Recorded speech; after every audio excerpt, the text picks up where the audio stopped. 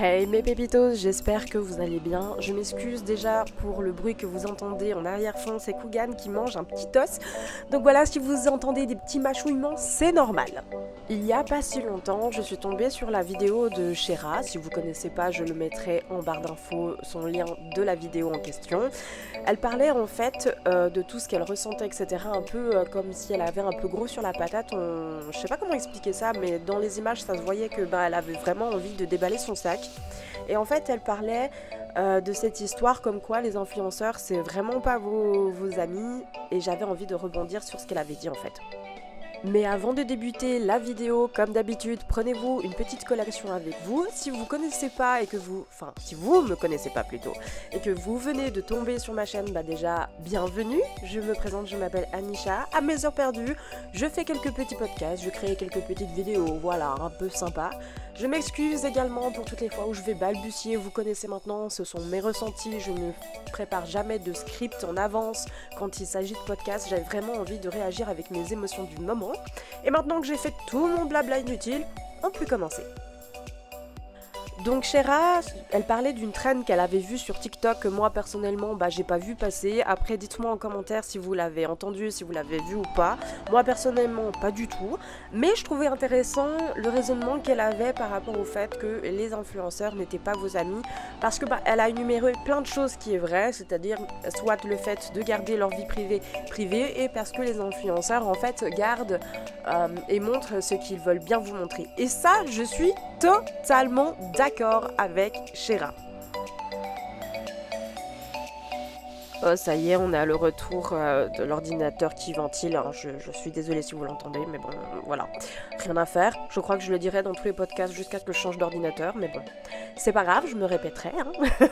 Donc je disais, moi, par rapport à ce sujet-là, ce qui rend l'influenceur en fait...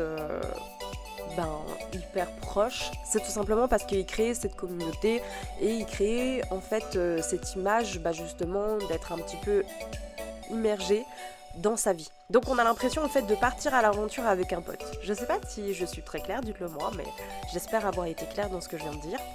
Et moi ça a du sens en fait quand je dis ça, parce que c'est vrai, mais moi je me rends compte quand j'ai monté mes vlogs, quand j'essaye de parler de plein de choses, etc. J'essaye de créer une proximité avec vous, parce que c'est le but d'avoir une communauté, c'est le but d'avoir de nouvelles connaissances, de voir de nouvelles têtes, etc. Sauf que, et moi je peux parler que pour moi à ma petite échelle, bien entendu, hein, ça ne veut pas dire que je me prends pour la king du game, pas du tout. Mais c'est juste que, il y a une proximité, oui, mais il faut quand même mettre une certaine barrière. C'est-à-dire que moi, personnellement, vous voyez, je vais pas, vous inviter à parler avec moi alors que je suis sur les toilettes. Je vous donne un exemple tellement stupide, mais vous comprenez un peu, c'est pour vous montrer la force en fait. C'est que, c'est vrai, les influenceurs vous montrent ce qu'ils veulent bien vous montrer. Et même moi, ça me désole de dire ça, hein, mais même moi, je le fais aussi également. Ça ne veut pas dire qu'une partie de ma communauté ne sont pas mes amis, bien au contraire, j'ai une partie d'entre vous avec qui j'ai eu des affinités directes, avec lesquelles je m'entends super bien, mais je pense que c'est un petit peu comme tous les influenceurs. En plus de ça, les personnes avec lesquelles j'ai eu plus d'affinité entre guillemets, on va dire que c'est un peu les pionniers de mes abonnés parce qu'ils sont là depuis le départ, enfin, je sais pas comment expliquer ça. Donc oui, j'ai une poignée d'élites, ou d'élus, je sais pas comment on pourrait dire ça, dans mes abonnés, qui effectivement ont un petit peu plus de privilèges. Après, comme je le dis souvent, moi je ne fais pas... Ça ne veut pas dire que j'ai cette petite poignée qui ont entre guillemets un peu plus de privilèges que les autres n'en ont pas du tout. C'est juste que c'est mené différemment. Parce que en fait, si vous voulez, quand on est, pour moi, micro-influenceur, le problème c'est que je rencontre beaucoup de personnalités autour de moi, beaucoup de personnes qui justement veulent être mes amis, sauf que, vous habitez un petit peu partout aussi. Et je me rends compte que j'ai des abonnés qui viennent de France, j'ai des abonnés qui viennent de Belgique, j'ai même des abonnés qui viennent des États-Unis. Non mais c'est un délire l'histoire. Et je discute avec tout le monde. Moi je suis pas quelqu'un qui a pas envie, qui vous next comme ça. Moi je discute avec tout le monde. Après le gros problème c'est que à force de vouloir faire du copinage, et c'est ce que j'ai voulu créer, et ben je me suis prise un mur et je me suis rendu compte qu'il fallait que je mette une petite barrière de sécurité entre ce que moi je montre sur internet et ce que je suis dans la réalité, entre guillemets, d'accord, je mets les gros guillemets quand je dis ça. Parce que, en fait, c'était une sécurité pour moi, parce que je commençais à avoir de plus en plus de questions assez personnelles, alors que je vous connais pas. Soyons francs un petit moment, hein, juste un petit moment. Je vous connais à travers internet, vous me connaissez à travers internet. Et forcément, il y a des choses que je vais montrer sur internet, et moi je vais automatiquement filtrer ce que j'ai envie de montrer sur internet. Parce que, ne l'oublions pas, nous sommes sur internet. Je viens de me répéter au moins 15 000 fois avec le mot internet, s'il vous plaît. Hein. Donc, sachant que je me montre sur internet et que je n'ai pas envie de montrer quoi que ce soit sur internet qui va trop me péjorer, vous voyez, genre moi je prends la responsabilité de tout ce que je montre, mais j'ai pas envie que tout d'un coup y ait un bad truc, je sais plus comment on appelle ça, mais bref, vous avez compris le délire. Et ben, je suis obligée de me filtrer. Et quand j'ai des abonnés qui commencent à me poser des questions beaucoup trop personnelles, alors que en fait, même à mes meilleurs amis, suivant comment je leur raconte même pas ça, et ben ça a commencé à me déranger en fait. C'est pour ça que moi je suis totalement d'accord avec ce que Shera a dit par rapport au fait que les influenceurs ne sont pas vos amis. Oui, on pourrait penser que c'est vos amis parce que on essaye tous à notre manière et avec notre personnalité, avec notre charisme, j'allais dire d'attraper, pas du tout la meuf, mais alors pas du tout, d'attirer de nouvelles personnes. Ça c'est vrai, mais parce que eux c'est leur boulot, enfin je veux dire, à un bout d'un moment faut arrêter d'être bête, hein, c'est leur boulot, ils gagnent leur vie comme ça. Je suis d'accord. Et moi, je me suis rendu compte que, à ma petite échelle, déjà, je comprends pas parce qu'il y a énormément d'abonnés qui sont venus juste pour pouvoir me parler. Alors ça, c'est super. Moi, comme j'ai dit, je discute avec tout le monde.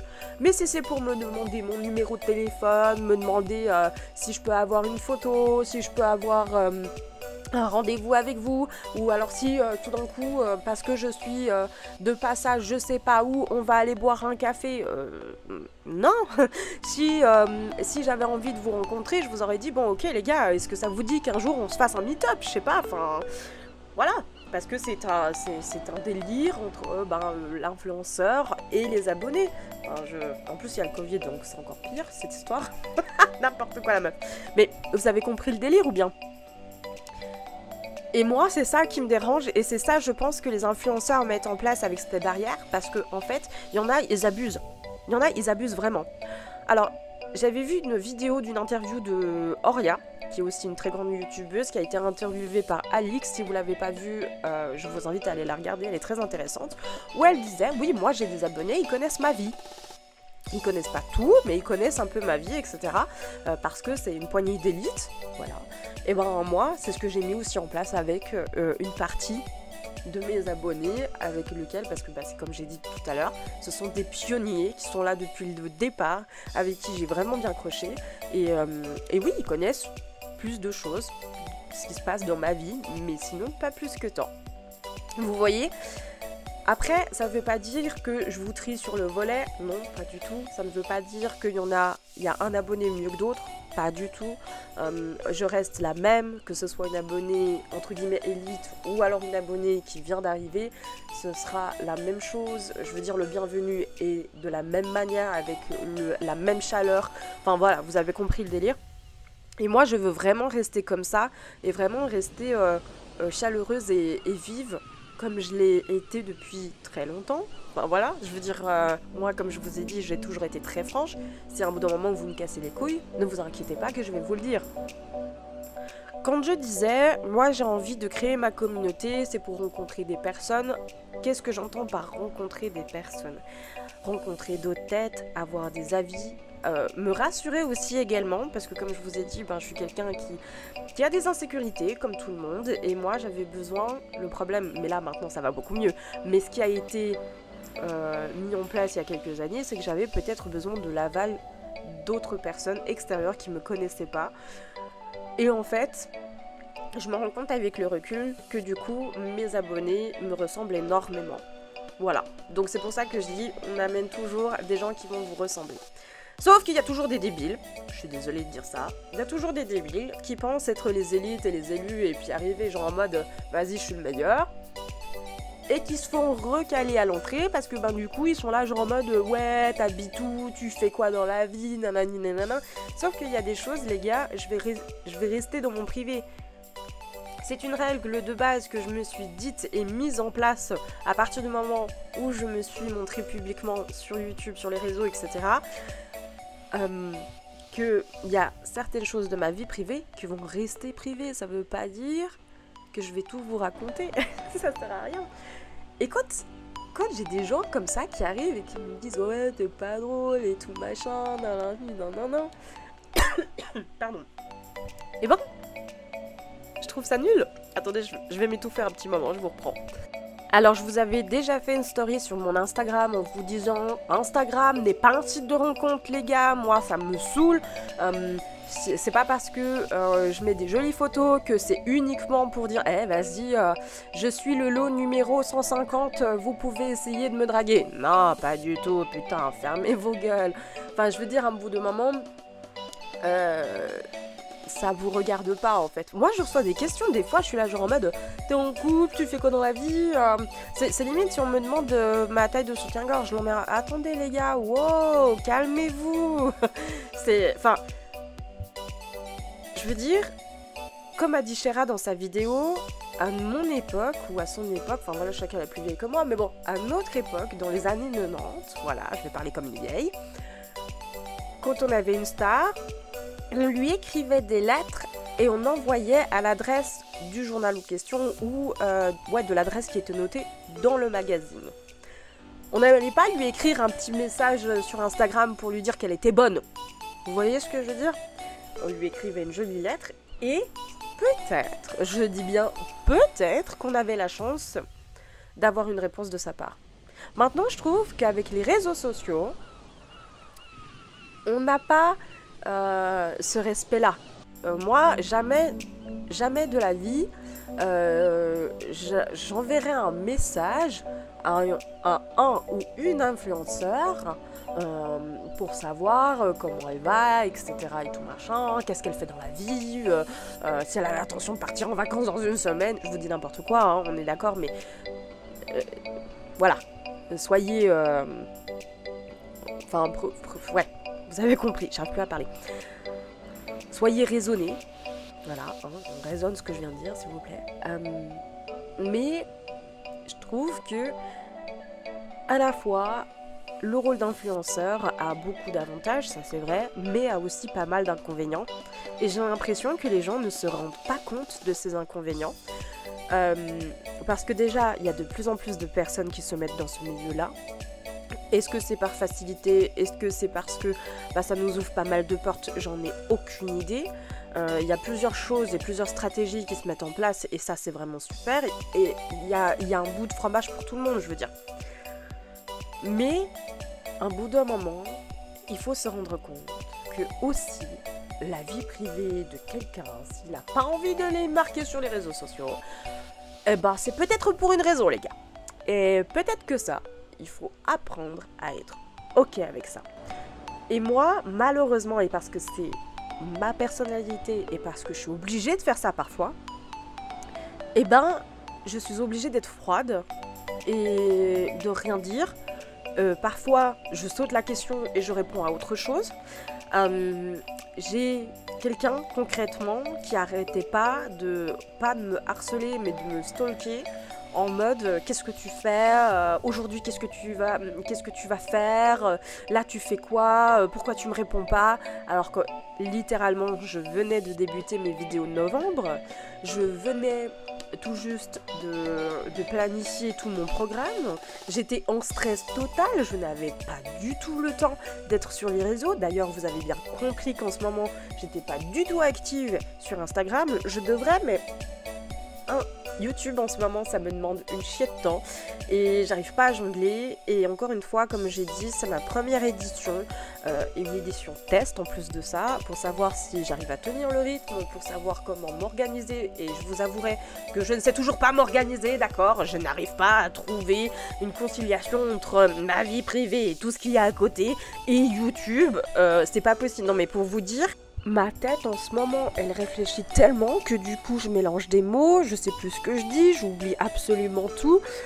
Oui, je sais, je devrais ralentir la cadence, ralentir le rythme, je sais, mais comme j'ai dit, on apprend toujours et on doit apprendre, et là je vais apprendre de mes erreurs et je sais ce que je vais faire pour l'année prochaine et je sais ce que je ne vais plus faire pour l'année prochaine.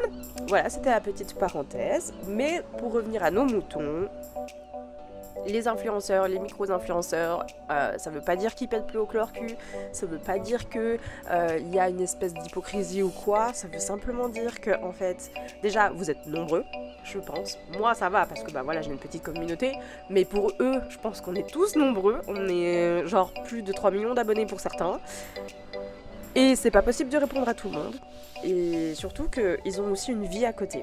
Et je remarque qu'il y a beaucoup plus d'abonnés qui ont du mal à comprendre ça et ils se disent mais en fait c'est que leur taf, alors qu'en fait, moi-même qui est de l'autre côté de la barrière, je me rends compte que c'est beaucoup de taf, mais c'est énormément de taf, que ce soit sur YouTube, que ce soit sur Instagram, que ce soit en collaboration avec les marques, ce genre de choses, et d'essayer de montrer ça et d'expliquer ça. On pourra le dire de toute manière de 1001 façons.